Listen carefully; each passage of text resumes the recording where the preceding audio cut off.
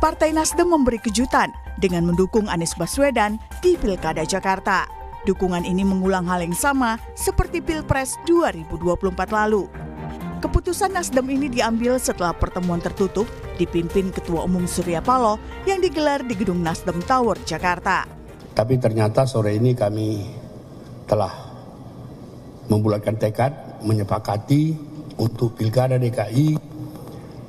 Pak Surya Paloh yang pimpin rapat tadi langsung menetapkan Bapak Anies Baswedan sebagai calon gubernur DKI Jakarta dari Partai Nasdem. Pak Anies juga diberi kebebasan sepenuhnya untuk menentukan siapa wakilnya dengan satu syarat. Wakil itu tidak boleh dari Partai Nasdem. Didukung Partai Nasdem, Anies Baswedan pun berterima kasih.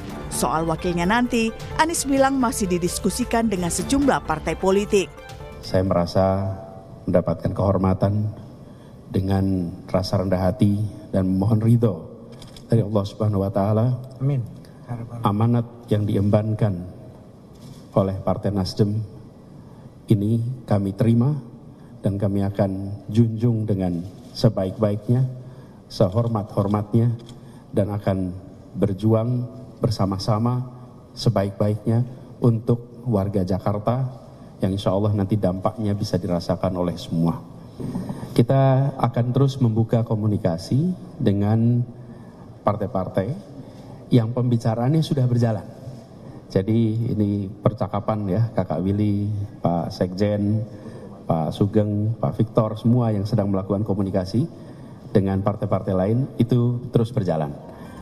Sementara itu sejumlah partai politik sepertinya masih terus mempertimbangkan dukungan.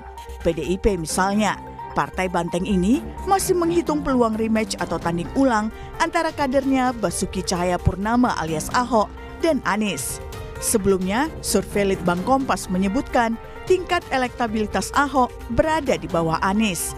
Anies mendapat 29,8%, sementara Ahok mendapat 20%, disusul Ridwan Kamil 8,5%.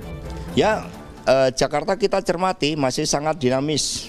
Justru berbagai wacana yang muncul saat ini, baik itu terkait dengan Pak Ahok, berkait dengan Pak Anies, termasuk kombinasi keduanya atau kemungkinan rivalitas di antara keduanya, PD Perjuangan terus membuka suatu ruang bagi hadirnya calon-calon pemimpin tersebut yang kemudian nanti kita akan cermati berdasarkan suara arus bawah partai. Tetapi PD Perjuangan tidak akan mengambil keputusan yang tidak senafas dengan arus bawah partai, arus bawah rakyat. Senada dengan PDIP, Partai Gerindra juga belum mengumumkan jagoannya di Pilkada Jakarta. Meski begitu, Sekjen Partai Gerindra Ahmad Muzani menyebut Koalisi Indonesia Maju telah memiliki kesepakatan terhadap calon yang akan diusung di Jawa Barat dan Jakarta. Namun, siapa yang akan diusung masih rahasia dan dipastikan akan memberikan kejutan. Keputusan atau pengumuman seperti ini dari awal sudah kita hitung bahwa sebagai sebuah kemungkinan. Jadi kita sudah exercise uji coba terhadap kemungkinan keputusan ini dan pada waktunya nanti kami akan umumkan calon yang akan kita umumkan untuk menjadi calon gubernur di daerah Jakarta ini. Artinya Kim tidak khawatir jika melawan Anies? Enggak. Menang ya Pak? Enggak, Pak Prabowo aja di Jakarta menang dengan Anies. Lalu siapa yang akan melawan Anies di Pilkada Jakarta? Apakah Ridwan Kamil, Kaisang, atau mungkin muncul sosok kejutan? Tim Liputan, Kompas TV.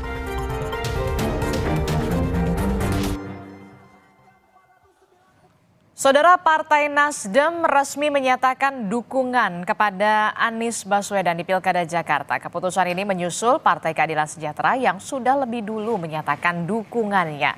Lalu siapa yang akan menjadi lawan tanding Anies Baswedan di Pilkada Jakarta? Mengingat masih ada sejumlah partai politik seperti PDI Perjuangan hingga Gerindra dan juga Golkar yang belum mendeklarasikan jagoannya di Pilkada Jakarta. Kita bahas di pagi hari ini soal Pilkada Jakarta bersama dengan sejumlah narasumber. Sudah ada Ketua DPP Partai Nasdem, sudah ada Bang Willy Aditya. Selamat pagi, Assalamualaikum Bang Willy. Waalaikumsalam warahmatullahi wabarakatuh, Adisti. Pagi. Ya, semangat ya habis mengusung Anies Baswedan ya. Oke, kemudian juga ada Wakil Ketua Umum Partai Golkar, Ahmad Doli Kurnia yang nanti akan bergabung menyusul. Kemudian ada juga juru bicara tim pemenangan nasional pemenangan Pilkada 2024 dari PDI Perjuangan, ada Mas Ciko Hakim. Selamat pagi, Assalamualaikum Mas Ciko. Pagi, waalaikumsalam. Pagi semua. Pagi ya, harus semangat ya Mas Ciko ya. Oke, kemudian ada pengamat politik dari Universitas Al-Azhar Indonesia, ada Kang Ujang Komarudin. Selamat pagi, Assalamualaikum Kang Ujang. Selamat pagi, waalaikumsalam Mbak Adisti, Bang Willy. Iya, Kang Ujang nanti kita nantikan ya kedatangannya di studio, tapi masih di jalan begitu ya Kang Ujang. Ini menarik sekali ya, Partai Nasdem akhirnya mengusung nama Anies Baswedan untuk Pilkada Jakarta, seperti dejavu tampaknya. Pertimbangannya apa sebenarnya, Bang Willy? Iya, Nasdem dan Anies itu botol ketemu tutup saja. Oke. Surprising sebenarnya. Nasdem selalu mengedepankan scientific approach dan kemudian secara kualitatif. Dua hal itu yang menjadi variabel Nasdem dalam mengambil keputusan. Secara kuantitatif itu Mas Anies memang survei masih yang tertinggi. Secara kualitatif integritas beliau, emosional bonding sama Nasdem itu satu hal yang nggak terelakkan ya. Dan kemudian tentu setelah menyerap aspirasi dari teman-teman struktur Nasdem di DKJ, tentu menyampaikan banyak sekali suara-suara untuk kemudian mengusung kembali Anies Baswedan ya. Tentu ini menjadi hal yang semulanya akan kami jadikan gong, tapi karena ada permintaan dari teman-teman DPW Jakarta, kemarin kita rapat dengan Ketua Umum untuk kemudian kita putuskan untuk kemarin mendeklarasikan usungan terhadap Mas Anies di Jakarta, gitu aja. Oke, jadi itu juga setelah 4 jam ya kalau nggak salah ya, pertemuan secara tertutup dan juga rapat-rapatnya ya Bang Willy ya. Ya, mulai dari siang ya, setelah kedatangan Mas Kaisang gitu ya, Mas Anies, ya nggak sempat ketemu sih mereka, tapi ya habis itu lanjut dengan rapat Mas Anies ya 4 jam lebih lah ya. Jadi Mas Anies sama Mas Kaisang itu belum sempat ketemu ngobrol ya pada saat di DPP Nasdem itu, Nasdem tahu? Belum sempat ketemu, tapi selisihan ya, jadi karena beda lift mungkin nggak ketemu gitu. Emang, Ya mungkin emang di settingnya nggak usah ketemu dulu atau gimana? Beda lift. Itu kan katanya perjumpaan itu dua keharusan yang bertemu gitu ya. Jadi mungkin belum harus mungkin sama Gusti Allah untuk ketemu gitu. Jadi mungkin next time, dan itu juga mungkin terjadi pada pilkada yang sekarang ya. Oke, belum bertemu di pilkada yang sekarang ya, di Pilkada Jakarta. Itu artinya berarti nama Anies Baswedan ini tidak mungkin dipasangkan dengan Kaisang ya kalau dari Nasdem ya, sudah pasti, sudah jelas untuk Pilkada Jakarta. Dari obrolan kemarin kelihatan Bro Kaisang memiliki pilihan yang sudah sudah mantap, sudah maknyos lah gitu ya, untuk kemudian berkontestasi di luar Jakarta ya. Tentu kita hormati itu, beliau berdiskusi sangat intensif dengan Pak Surya Paloh karena itu sebuah suasana kebatinan antara orang tua dan anak ya, antara senior dan junior gitu ya. Jadi saling bertukar pikiran dan kelihatannya Bro Kaisang tidak di Jakarta begitu. Di Jawa Tengah maksudnya, Bang Willy? Kok naga-naganya Adisti lebih bisa membaca cuaca begitu. Oke, baik, saya ke Mas Ciko. Mas Ciko, kita lihat ya kan tampaknya tidak terlalu mengejutkan begitu ya, nama Anies Baswedan ini diusung oleh Partai Nasdem. Nah, yang kemudian menjadi pertanyaan adalah pasti kan PDI Perjuangan juga memperhitungkan siapa nih sebenarnya nama dari kader internal partai Anda gitu, PDI Perjuangan ini, untuk melawan nama Anies Baswedan yang kita tahu juga elektabilitasnya masih teratas hingga saat ini. Ada peluang rematch antara Anies dan Ahok dari PDI Perjuangan pertimbangannya, Mas Ciko? Peluang itu peluang itu sangat ada, tapi juga dalam waktu yang bersamaan ada juga peluang untuk kita bersama-sama kan gitu ya. Tetapi pada prinsipnya PDI Perjuangan hari-hari ini masih disibukkan dalam mencermati, mendalami, dan mencoba mengerucutkan satu nama dari internal kami untuk maju sebagai calon gubernur ataupun calon wakil gubernur. Itu tergantung nanti tentu pembicaraan dengan partai politik yang akan bekerja sama dengan kita, karena kita ketahui tidak ada satupun partai politik yang punya golden ticket di Jakarta ini. Jadi artinya itu juga sedang kita cermati, dan bagaimana itu semua bersamaan, berjalan bersamaan ya. Kita mencermati kader-kader internal kami, melakukan simulasi-simulasi dalam waktu yang bersamaan. Kita tidak menutup jalur komunikasi dengan partai politik manapun, tidak satupun kita menutup jalur komunikasi, dan tentu nanti pertimbangan-pertimbangannya akan diruncingkan sehingga kita bisa menemukan satu kader yang kemudian akan maju entah sebagai cagup ataupun cawagup. Tetapi kembali seperti disampaikan Pak Sekjen Hasto Kristianto tadi, bahwa variabel yang utama juga kita akan mendengarkan pendapat, mendengarkan aspirasi dari arus bawah. Arus bawah itu rakyat secara umum, tapi juga akar rumput di internal kami seperti anak ranting, DPC, kemudian DPD, dan tentunya kita tidak mungkin akan melawan arus bawah kami. Dan sampai hari ini yaitu masih berjalan seperti itu. Kita masih menunggu karena waktu juga masih ada sampai 28 Agustus kalau tidak salah. Jadi mudah-mudahan di awal Agustus kita sudah bisa mengerucutkan, dan siapa tahu bergabung dengan Bro Willy, dengan Kakak Willy, ya kan? Atau kita bertarung melawan Kakak Willy kan gitu. Tetapi intinya ini kan semua untuk kebaikan warga Jakarta, bahwa kami meyakini PDI Perjuangan karena suara kami selalu signifikan di DKI Jakarta itu, kami mengartikannya bahwa memang masyarakat juga menginginkan calon dari internal kami, termasuk juga tercermin dari hasil survei Litbang Kompas kemarin. Oke, kalau kita lihat ya Mas Ciko, ini kita lihat bersama elektabilitas bakal calon gubernur Jakarta. Ini nama Anies Baswedan ini tipis sekali ya dengan nama Basuki Cahayapurnama. Bahkan juga pada saat diundang Kompas TV, Pak Ahok mengatakan ya terbuka kemungkinan kalau untuk rematch ini dipertimbangkan nama Basuki Cahayapurnama untuk menjadi lawan yang sepadan nggak sih untuk Anies Baswedan di Pilkada Jakarta? Sangat dipertimbangkan, karena sebenarnya apa yang menjadi hasil survei Litbang Kompas itu juga mirip-mirip dengan hasil survei lembaga-lembaga lain yang juga kita cermati sebelum-sebelum ini. Jadi sebenarnya bagi PDI Perjuangan tidak terlalu mengejutkan.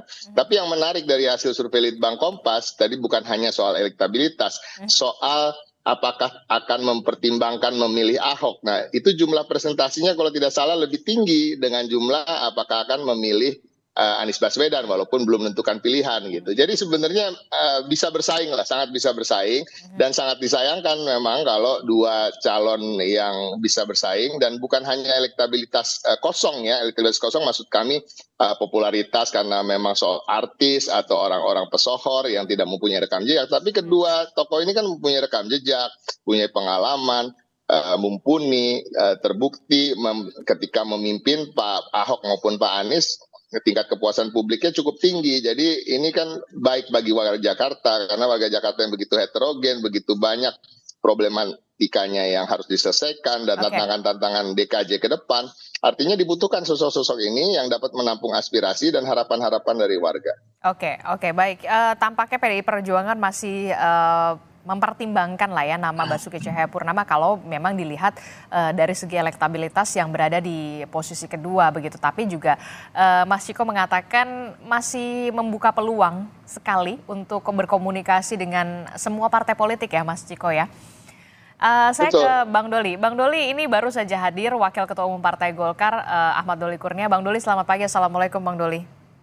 Waalaikumsalam warahmatullahi wabarakatuh. Selamat pagi. Iya, Bang Doli, baru saja kemarin kita lihat Partai Nasdem sudah mengusung nama Anies Baswedan untuk Pilgub Jakarta. Sebenarnya tidak terlalu mengejutkan karena seperti dejavu pada saat Pilpres juga Nasdem, PKB dan juga PKS juga memajukan nama Anies Baswedan sebagai calon presiden. Nah, kalau di Koalisi Indonesia Maju khususnya di Partai Golkar sudah ada kesepakatan tidak di Parpol Koalisi Indonesia Maju akan mengusung siapa? Kalau tadi Bang Willy mengatakan nama Kaisang ini tampaknya tidak berada di Jakarta nih ketertarikannya. Nah, Koalisi Indonesia Maju sendiri sudah ada punya nama?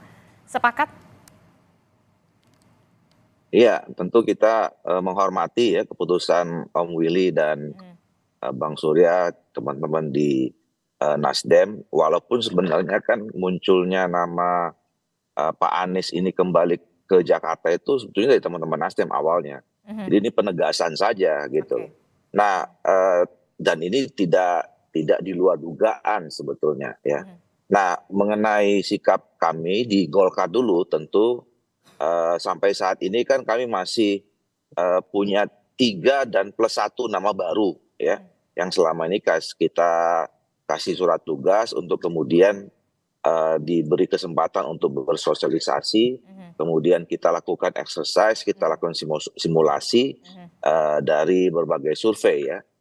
Masih ada nama Ridwan Kamil, terus kemudian masih ada nama Erwin Aksa, Ahmad Zaki Iskandar, dan terakhir nama Yusuf Hamka gitu.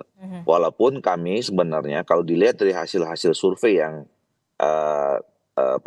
dirilis selama ini, termasuk Litbang Kompas tadi, ya Saudara Ridwan Kamil ini sebetulnya lebih kita dorong ya, idealnya kita merekomendasikan Ridwan Kamil ini di Jawa Barat. Nah, tadi kalau kita lihat survei di Jakarta kan jauh sekali itu. Nah, sementara di Jawa Barat juga Ridwan Kamil jauh sekali meninggalkan nama-nama yang lain gitu.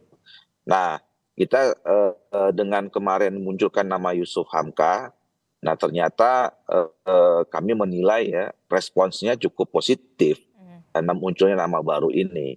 Walaupun waktu itu munculnya sandingkan dengan nama Mas Kaisang ya, tapi kecenderungannya kira-kira kan saya pun tidak tahu ya. Kalau dilihat dari hasil survei, nama Pak Kaisang itu lebih visible ada di Jawa Tengah gitu. Ya, betul. Tetapi aktivitas yang dilakukan Pak Kaisang sekarang lebih banyak di Jakarta. Belusukannya kan program kegiatannya Pak Kaisang itu lebih banyak di Jakarta dibandingkan di Jawa Tengah. Nah, tapi itu kembali kepada otoritas kedaulatan dari masing-masing partai politik ya. Sama juga tadi kita menghormati putusan teman-teman di Nasdem dan juga tapi begini Bang Doli, PDIP Perjuangan. Tapi begini Bang Doli, sebenarnya nama Ridwan Kamil di Jakarta juga tidak rendah-rendah banget begitu elektabilitasnya. Ini nggak jadi bahan pertimbangan walaupun kita tahu kalau di Jawa Barat nama Ridwan Kamil ya sudah jelas lah ya memang playgroundnya di sana begitu. Iya, kita kan selalu saya menyampaikan ya pertimbangan kita untuk menempatkan seseorang dicalonkan di satu daerah itu. Pertama kali idealnya, normatifnya itu kan apakah nama atau sosok tokoh yang kita dorong itu punya kebermanfaatan atau tidak buat masyarakat di daerah itu. Nah, salah satu ukurannya itu adalah kalau dia incumbent, itu kita lihat dari approval ratingnya ya. Nah, kalau kita lihat dibandingkan antara Jakarta sama Jawa Barat, nah approval rating Ridwan Kamil itu Jawa Barat hampir 90%. Wajar memang karena dia adalah gubernur periode yang sebelumnya. Di Jakarta kenapa tidak ada ya memang tidak pernah jadi gubernur gitu.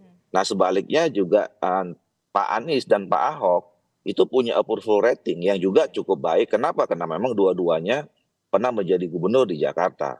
Nah dari poin itu sebenarnya kita udah bisa lihat keinginan masyarakat antara Jawa Barat dan Jakarta itu lebih banyak menginginkan Ridwan Kamil itu di Jawa Barat ya, karena memang jadi lebih banyak warga Jawa Barat yang lebih menginginkan Ridwan Kamil dibandingkan Jakarta. Nah, walaupun misalnya tadi dilihat surveinya memang tidak ya kan antara 29, 20 sama 8 kan itu jauh juga sebenarnya ya. Iya, tapi walaupun, tapi begini, kalau misalkan butuh challenge baru begitu, mungkin butuh challenge baru nama Ridwan Kamil untuk di Jakarta karena kan kita tahu Jakarta juga masih menjadi magnet politik begitu ya untuk nantinya mungkin Pilpres mendatang 5 tahun mendatang ada pertimbangan ke situ nggak? Begini, kita kan menghadapi kompetisi itu kan bukan hanya sekedar mau menantang-nantang atau men-challenge saja, kita kan mau menang, ya. Jadi semua perhitungan kalkulasi kita itu kan menempatkan seseorang atau pasangan didukung oleh partai politik atau gabungan partai politik itu kan judulnya at the end semuanya kan mau menang. Iya. Ya, kita bukan hanya sekedar mau jadi calon gitu untuk menantang dengan siapa gitu kan. Tapi kan kita ingin calon kita itu kompetitif dan bisa menang. Walaupun menang akhirnya kan itu urusan yang di atas, tapi paling tidak kan kita lihat apakah ini kompetitif apa tidak gitu. Nah, ini yang saya kira juga pasti semua menjadi pertimbangan catatan dari semua partai politik dan gabungan partai politik. Oke, itu jadi catatan ya, semua partai politik pasti ingin menang di pilkada, baik itu pilkada Jakarta ataupun di Jawa Barat. Nama Anies Baswedan sudah diusung oleh Nasdem tentunya ingin menang, PDI Perjuangan juga lagi mencari siapa sebenarnya lawan yang cocok melawan nama Anies Baswedan yang kita tahu teratas. Nah, Kang Ujang Anda melihatnya bagaimana ini? Siapa sebenarnya sosok yang kita nilai atau kita tahu sebenarnya jadi penantang yang sepadan dari nama Anies Baswedan ini?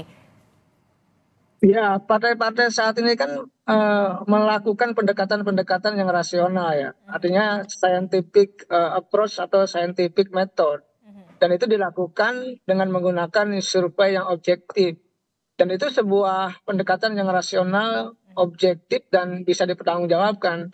Nah, dalam konteks itu, kalau kita melihat survei Litbang Kompas dan survei yang lain ya, yang sudah melakukan survei di daerah khusus Jakarta, maka kita melihat ya nama-nama tadi yang muncul. Ada Pak Anies, ada Pak Ahok, Pak Ridwan Kamil, dan lain-lain. Nah, apakah nanti gitu ya ada penantang yang bisa katakanlah memiliki ya ketokohan yang sama atau memiliki elektabilitas yang tinggi juga seperti Pak Anies atau Pak Ahok? Ya kita lihat. Karena apa? Misalkan Golkar sudah memunculkan nama baru Pak Yusuf Hamka, ini kan menarik. Nah, ketika nanti sebelumnya kan belum disurvei. Nah, ketika nanti disurvei apakah tinggi atau rendah? Ini kan menjadi sebuah catatan yang menarik dalam konteks pilkada di DKJ. Nah, saya melihat sebenarnya yang harus kita bangun adalah, saya sepakat dengan partai-partai menghadirkan figur-figur tokoh-tokoh yang laku jual gitu, yang berintegritas, yang memiliki prestasi, yang didukung oleh publik, sehingga apa? Sehingga memang menata Jakarta, menata daerah itu dengan calon-calon yang dihadirkan yang berkualitas. Ini yang menjadi penting. Tetapi memang kualitas dan lain sebagainya itu harus didorong juga oleh dukungan publik itu. Nah, dukungan publik itu ya dilihat, dipotret dengan apa ya, dengan popularitas, dengan elektabilitas. Tapi Anda melihat begini, Kang Ujang, peluang rematch antara Anies dan Ahok ini untuk bertarung kembali begitu seperti pilkada tahun lalu begitu 2017 kalau tidak salah begitu, Anies melawan Ahok ataupun Ahok melawan Anies, Anda melihat terbuka peluang itu? Ya, terbuka tapi kecil ya. Tadi Bang Ciko sudah mengatakan terbuka, tapi saya mengatakan kecil ya. Kenapa agak kecil? Ya, kedua-duanya memang memiliki elektabilitas, tapi agak jauh antara Ahok dengan Anies. Yang kedua yang saya nilai adalah apakah Ibu Megawati mau gitu ya mendorong Pak Ahok? Kenapa? Akan ada implikasi yang lain. Saya tidak mau mendorong politik identitas, tidak. Tetapi akan muncul itu politik isu sara, politik identitas, pasti akan didorong ketika Ahok itu muncul. Nah, yang ketiga, saya tidak mau juga memberikan penilaian negatif, tetapi kita harus objektif mengatakan Pak Ahok pernah dipidana oleh kasus penistaan agama, dan ini kan menjadi catatan juga hal yang negatif yang dimiliki atau yang minus dari Pak Ahok. Dan tentu kalau didorong oleh PDIP tentu itu harus dibersih-bersih gitu loh, harus di tip ek lah agar tidak ada jejak itu. Karena selama jejak itu ada ya itu menjadi sesuatu yang negatif bagi Pak Ahok. Agak sulit ya kalau Anda menilai ya, agak sulit. Mas Ciko, bagaimana? Ini juga jadi catatan dari PDI Perjuangan, terutama dari Ibu Ketua Umum, Bu Mega.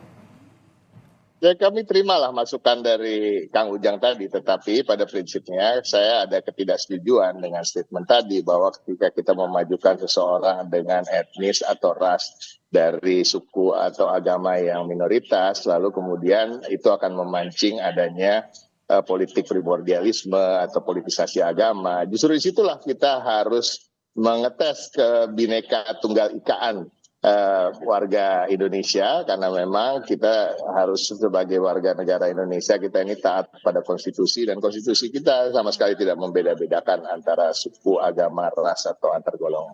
Namun tentu memang itu juga menjadi pertimbangan. Kami juga tidak mau mubazir memajukan seseorang hanya ansih untuk bertarung atau untuk menantang-nantang seperti kata-kata Pak senior saya, Bang Doli tadi, ya kita juga ingin menang. Makanya sampai hari ini kami belum bisa mengerucutkan satu nama tersebut. Namun kembali lagi, nama Pak Ahok dengan hasil survei Litbang Kompas dan survei-survei lain yang cukup tinggi, kemudian nama Pak Anies yang tinggi hasil surveinya, namun belum melampaui 35 atau 40%. Sesungguhnya belum ada satupun calon termasuk Pak Anies yang bisa dianggap unbeatable atau bisa dianggap tidak bisa dikalahkan. Karena ini juga tergantung bagaimana nanti memilih calon pasangannya, memilih partai-partai politik lain yang akan mendukungnya, dan kami meyakini PD Perjuangan memiliki kekuatan di situ. Ketika bicara soal mesin partai politik, kami sudah teruji dan terbukti selama era reformasi ini di DKI Jakarta, kami yang paling banyak menang sepertinya. Oke, menarik sekali kalimatnya PDI Perjuangan tidak mau mubazir hanya mencalonkan, tapi PDI Perjuangan juga pasti ingin menang ya, seperti Partai Golkar, semua partai juga ingin menang begitu ya, tak mau mubazir begitu. Oke, saya kalau ke Bang Willy nampaknya pertanyaan saya jauh lebih selangkah di depan, karena memang Nasdem, PKS ini sudah mengusung nama Anies Baswedan. Nah, Anies ini kalau di harian Kompas di halaman 4 ini judulnya adalah Anies tinggal mencari pendamping, karena kita tahu PKS dan juga Nasdem ini sudah memenuhi ambang batas pencalonan. Nah, mencari pendampingnya itu kalau dari Partai Nasdem sendiri tampaknya sudah tidak ingin mencalonkan sebagai cawagup, betul ya, Bang Willy? Penegasan saja. Ya, nanti kita minta Anies sowan ke Litbang Kompas, biar kemudian siapa yang direkomendasi oleh Litbang Kompas, itu yang kita jadikan pasangan Anies. Jadi Nasdem tidak cawe-cawe untuk kemudian siapa yang akan mendampingi Anies. Monggo silahkan, kemarin hasil rapat kita Pak sudah menegaskan Bung Anies silahkan cari pendamping sendiri. Ada dua yang bisa menjadi variabel. Pertama adalah bagaimana kontribusi untuk koalisi. Yang kedua ya preferensi publik tentunya dalam hal ini ya. Tentu berkomunikasilah kata Pak Surya dengan semua partai ya, dan buka pintu selebar-lebarnya, jangan kemudian ada ada handicap gitu, ada barrier gitu dengan partai manapun, karena kultur kita memungkinkan untuk ini bisa berdialog satu dan lainnya ya. Tentu ini menjadi suatu opportunity bagi Anies Baswedan ya, dan Nasdem dengan tadi Bung Ciko, Bung Doli ya. Kami berkomunikasi sangat intens, cair ya. Dan kemudian bisa ya, kalau kita bisa bermusyawarah untuk banyak hal, tentu untuk Jakarta juga bisa terjadi ya. Termasuk Nasdem dan PDI Perjuangan akan ada pertemuan begitu atau membuka komunikasi, itu terbuka peluang ya menurut Anda? Ya, kalau komunikasi sangat, apalagi ngurus pilkada ini banyak anasir ya. Itu tentu banyak hal yang sudah kami rembukan, banyak hal yang sudah kami putuskan bersama. Itu yang jadi epicentrum utama dalam kontestasi pilkada ini adalah si figurnya sendiri Adisti.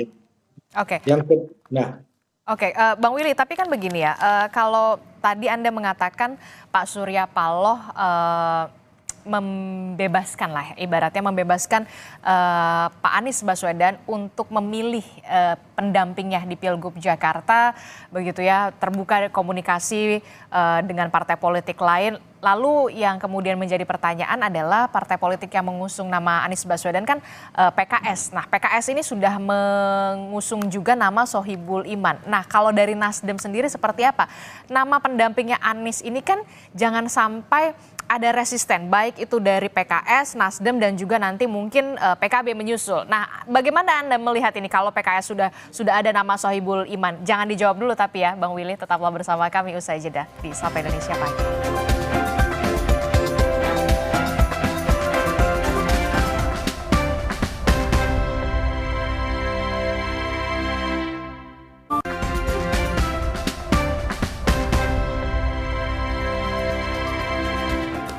Terima kasih Anda masih bersama kami di Sapa Indonesia Pagi. Saudara, kita masih membahas bagaimana dinamika politik khususnya di Pilkada Jakarta yang tampaknya semakin sengit ya dan juga semakin panas begitu setelah Partai Nasdem mengusung nama Anies Baswedan untuk Pilgub Jakarta 2024. Lalu yang jadi pertanyaan selanjutnya adalah siapa nama pendamping Anies Baswedan?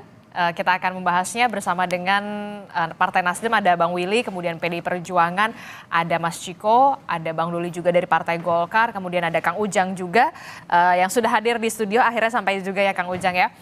Saya ke Bang Willy. Bang Willy, tadi pertanyaan saya masih menggantung begitu ya. Jadi kalau kita lihat ini di Harian Kompas di halaman 4 ini judulnya Anies tinggal mencari pendamping begitu ya. Pertanyaan saya satu langkah ke depan karena memang dukungan partai politik terhadap Anies Baswedan untuk maju di Pilgub Jakarta ini sudah memenuhi ambang batas pencalonan. Nah, selain nama Nasdem, PKS ini kan memang sudah mengusung begitu nama Anies Baswedan tapi dengan Sohibul Iman. Nah, ada kompromi nggak nanti? Apakah nanti ini bisa terotak-atik atau kemudian Nasdem memang akhirnya legowo memasangkan Anies Baswedan dengan Sohibul Iman?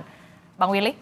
Iya, siapapun yang menjadi keputusan Mas Anies untuk calon wakil gubernur, tentu kita bersepakat karena itu hasil kesepakatan, hasil rapat kemarin yang sudah kita putuskan. Nasdem tidak menyodorkan nama siapapun, nama Ahmad Sahroni ataupun nama Wibian Rino, tidak.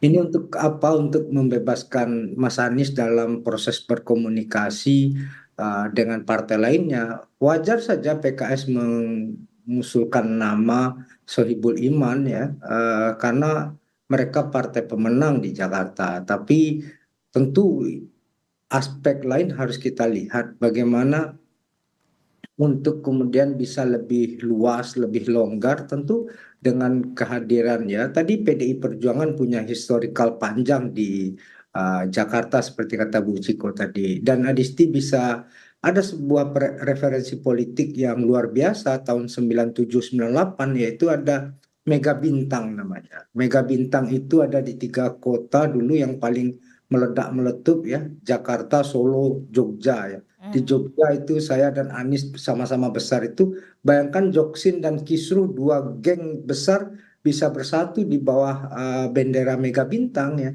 Tentu itu menjadi modal politik yang sangat kuat ya. Dan hari ini komunikasi sangat terbuka, apalagi tadi Bung Doli mengatakan rasionalitas berpolitik itu sangat penting di dalam kontestasi ya. Jadi kalau pesan emak saya di kampung sana, condong matu kanan rancak, condong salero kanan lama, condong posisi kanan manang. Artinya? Artinya condong posisi yang menang ya. Tentu itu yang menjadi sebuah patokan preferensi dalam pengambilan keputusan nanti. Jadi untuk posisi wakil siapapun masih sangat terbuka, masih sangat sangat bisa dikomunikasikan untuk kita bermusyawarah, bermufakat. Jadi saya ingin tegaskan kembali, Nasdem tidak menyodorkan satupun nama sebagai pendamping Anies Baswedan di Pilgub Jakarta. Benar, betul ya berarti ya? Ya. Oke, tapi begini Bang Willy, Bang Willy mengatakan, mengingatkan pendamping Anies harus dirumuskan bersama-sama partai politik lain pengusung Anies. Cawagup dari Anies ini harus bisa menguatkan inti koalisi dan tidak menimbulkan resistensi antar partai. Maksud Anda? Ya, itu kemudian menjadi syarat satu dan lainnya. Karena apa?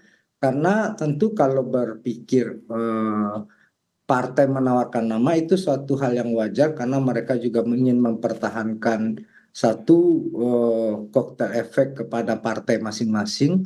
Yang kedua bagaimana menjaga konstituen ya. Dan tentu yang ketiga kita suka tidak suka kalau semua partai mengusulkan kandidat kita harus duduk bersama.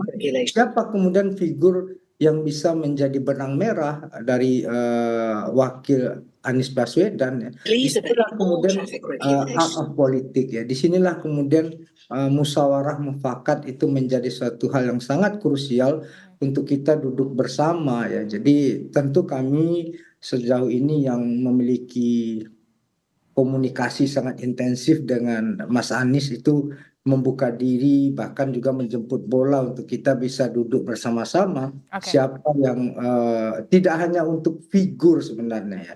Jadi rasionalitas berpolitik itu apa yang dikatakan oleh Kang Ujang tadi untuk menyusun agenda bersama. Karena apa, DKJ daerah khusus Jakarta ini tentu memiliki banyak agenda-agenda, banyak cita-cita, banyak harapan ya tadi yang dibilang oleh Bung Ciko, misalnya Pak Ahok atau Perjuangan memiliki historikal yang panjang di sini.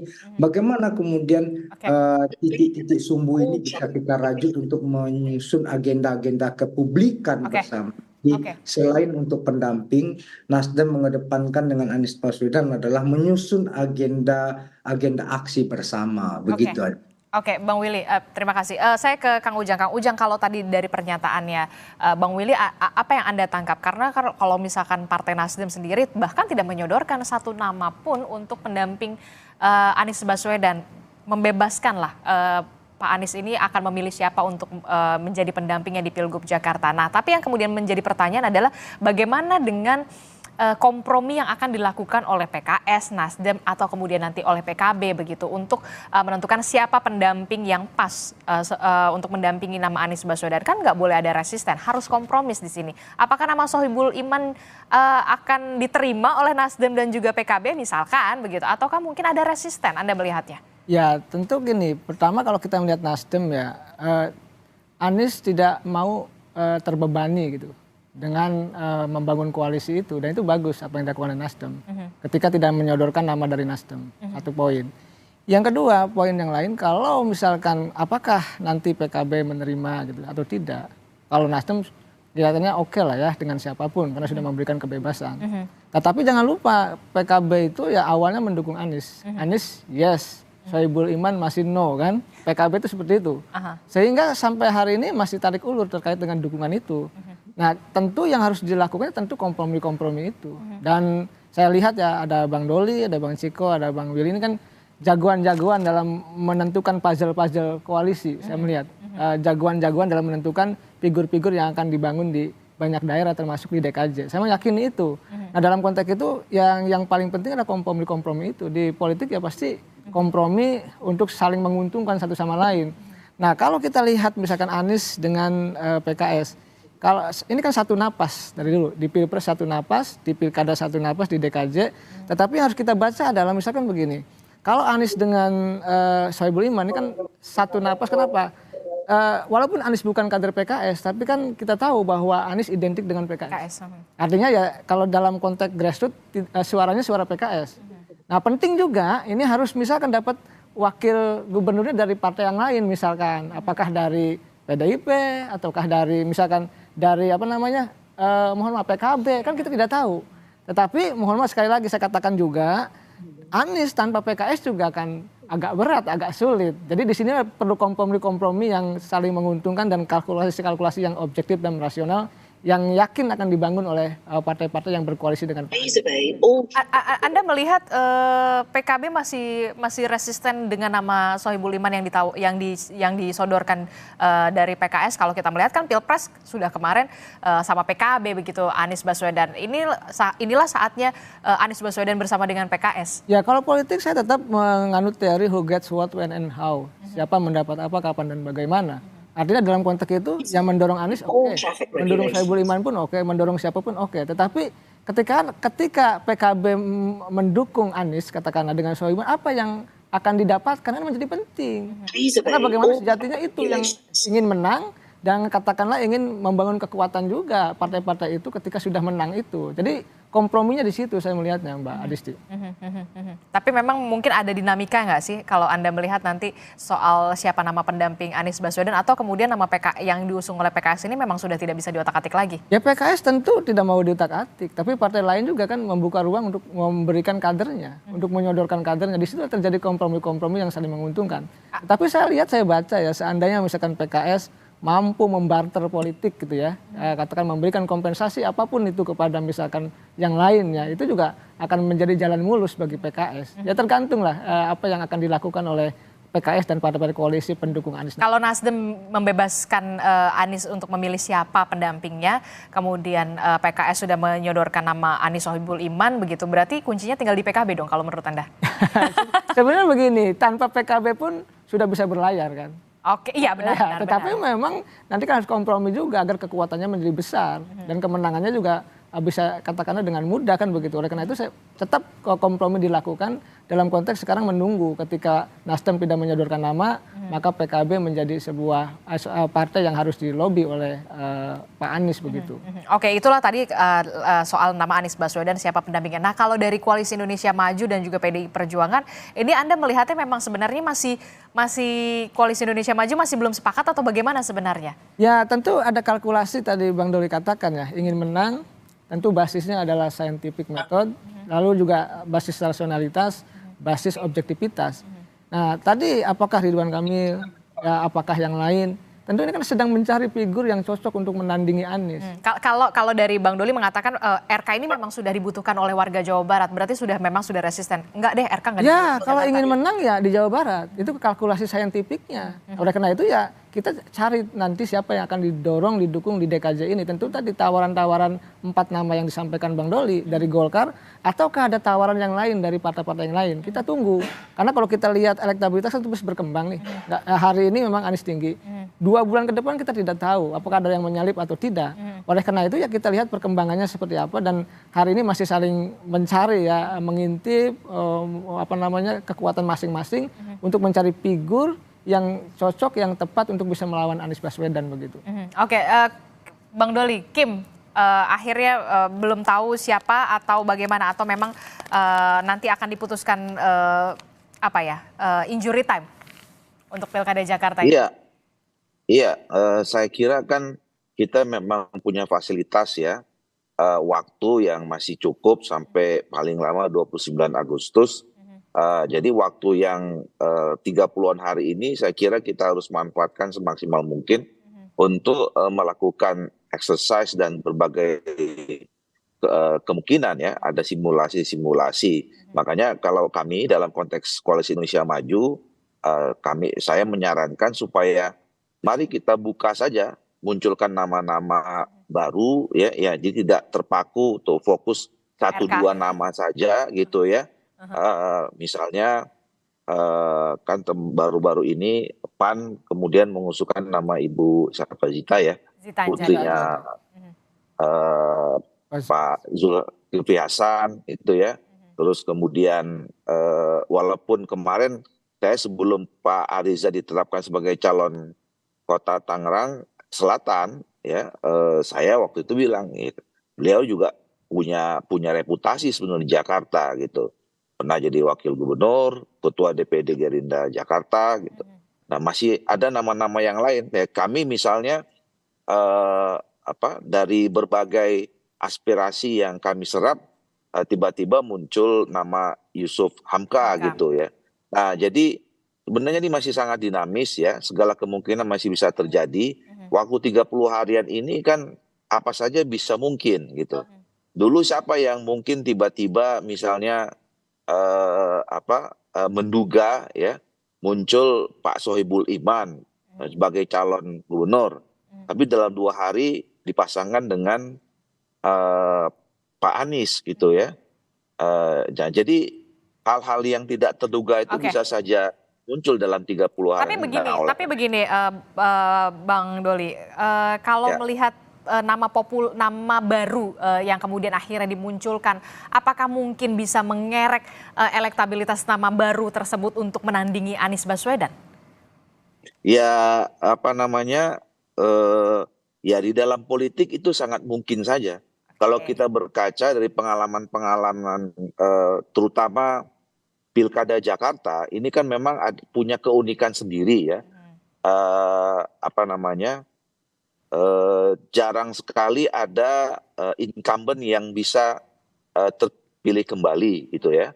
Dan kemudian calon-calon yang muncul itu yang tiba-tiba tadi misalnya kalau dilihat dari pendekatan saintifik itu rendah sebetulnya. Tapi tiba-tiba kemudian dari bagaimana mengelola isu, kemudian ada cara-cara baru, inovasi baru dalam sosialisasi segala macam, tiba-tiba bisa jadi menang kan kira-kira begitu. Nah ini yang saya kira juga bisa jadi menarik gitu. Oke, kalau Mas Ciko gimana kalau dari PDI Perjuangan? Melirik tidak sih sebenarnya nama baru begitu untuk berkancah atau diterjunkan oleh PDI Perjuangan di Pilkada Jakarta? Kalau misalkan Bang Doli mengatakan ya terbuka juga kalau misalkan nama baru, misalkan Yusuf Hamka kalau dari Partai Golkar. Nah kalau dari PDI Perjuangan sendiri bagaimana? Yang utama bagi kami, tentu kami memprioritaskan kader kami itu tadi yang saya sampaikan bahwa kami berusaha untuk mengerucutkan satu nama. Ada beberapa nama di internal ya, Pak Ahok, Pak Jarot, ada Pak Andika, ada Bu Risma. Gitu. Tapi kami juga mempertimbangkan nanti kan juga akan berpasangan dengan siapa. Baik kami sebagai calon gubernur itu yang menjadi prioritas, tapi juga memungkinkan juga untuk kami sebagai calon wakil gubernurnya. Nanti kita masih bisa terbuka dan sangat terbuka, sangat tidak tertutup untuk menjalin komunikasi dan juga kemungkinan-kemungkinan tersebut. Tadi kan disampaikan politik ini apalagi kalau harus menjalin kerjasama politik harus ada kompromi-kompromi. Namun tetap yang kami kedepankan di PDI Perjuangan adalah tetap mendengarkan aspirasi dari arus bawah, akar rumput, baik itu internal maupun masyarakat kebanyakan. Tetapi kita juga harus mengakui bahwa sistem politik di Indonesia ini memang ketika bicara soal pencalonan ini adalah ranahnya partai politik untuk menentukan dan juga tadi ada batasan-batasan, ada parliamentary threshold. Jadi kami yang tidak bisa mencalonkan sendiri, begitu juga partai lain tentunya akan melakukan komunikasi dan konsekuensinya adalah harus ada kompromi-kompromi ke depan. Nah, kita lihat aja nanti seperti kata Bang Doli tadi, waktu masih cukup panjang, semua masih bisa berubah, masih sangat dinamis. Apakah PDI Perjuangan dan saya akan bertarung dengan Kakak Willy atau Bang Doli, ya kan? Atau juga bersanding dengan Bang Doli atau dengan Kakak Willy. Jadi kita lihat aja nanti bagaimana keputusan kami dan juga nanti hasil dari komunikasi politik antara PDI Perjuangan dengan partai-partai lain. Oke, ya kita nggak tahu ya PDI Perjuangan apakah akan bertanding ataupun bersanding, itu kita nggak pernah tahu ya kan. Nanti kita masih ada waktu, yang penting kompromi aja dulu ya kan. Kalau dari PDI Perjuangan terbuka sebagai cagup ataupun cawagup begitu ya Mas Ciko ya. Oke, terakhir. Tetap yang diprioritaskan adalah calon gubernur. Oh iya, prioritasnya tetap calon gubernur lah PDI Perjuangan ya. Oke, saya ke Kang Ujang terakhir. Kang Ujang, kalau melihat begitu ya, ada nggak sih kemungkinan nama baru misalkan nama Yusuf Hamka yang kemudian mulai dimajukan tampaknya oleh Partai Golkar, dan seberapa besarkah atau seberapa cepatkah kemudian nama-nama baru ini bisa terkerek elektabilitasnya begitu untuk menandingi nama Anies Baswedan? Ya kita ukur ya, saya selalu mengatakan di Kompas TV dan di media lain ada 3+1 yang penting diukur oleh para kandidat gitu. Di antara banyak variabel yang lain. Pertama popularitas, Yusuf Hamka punya popularitas. Lalu isi tas, punya juga isi tas kan, penguasa jalan tol ya. Lalu akseptabilitas, Bang Doli tadi katakan respon publik juga cukup ya terkait dengan Yusuf Hamka. Cuma memang yang harus dibangun adalah tadi elektabilitas. Ini menjadi penting. Oleh karena apakah dalam waktu singkat ini bisa, ya tergantung tadi. Ada cara-cara tidak untuk bisa mengatur elektabilitas itu karena namanya kan baru-baru ini dimunculkan.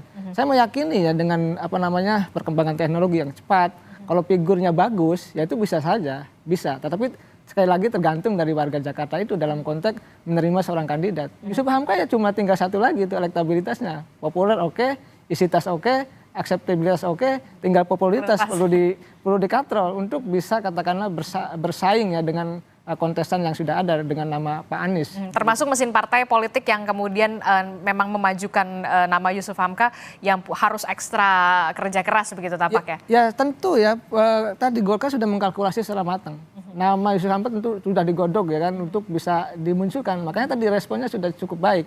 Tinggal bagaimana strategi-strategi yang dibangun untuk menaikkan elektabilitas itu. Saya rasa cuma satu PR-nya itu, tugas yang diemban oleh Partai Golkar, dan saya meyakini Partai Golkar partai yang berpengalaman banyak memenangkan pilkada ya. Tentu ini bukan sesuatu yang sulit bagi Partai Golkar untuk menaikkan elektabilitas dari Pak Yusuf Hamka. Oke, kita akan tunggu bagaimana nanti kompromi-kompromi politik yang akan dilakukan oleh masing-masing partai politik, baik itu partai politik yang sudah resmi mengusung nama Anies Baswedan, tinggal mencari siapa nama pendampingnya. Nanti juga akan dikompromikan lagi termasuk Golkar di Koalisi Indonesia Maju, siapa nanti yang akan disepakati, termasuk juga PDI Perjuangan yang tadi kata Mas Ciko masih membuka komunikasi dengan semua partai politik. Kita akan tunggu bagaimana dinamikanya ke depan. Terima kasih Bapak-Bapak, Mas Ciko Hakim, terima kasih Bung Doli, terima kasih sudah bergabung bersama kami, dan juga Bang Willy Aditya, terima kasih sudah bergabung. Kang Ujang, terima kasih sudah hadir di studio. Sehat-sehat selalu Bapak-Bapak. Assalamualaikum, selamat pagi.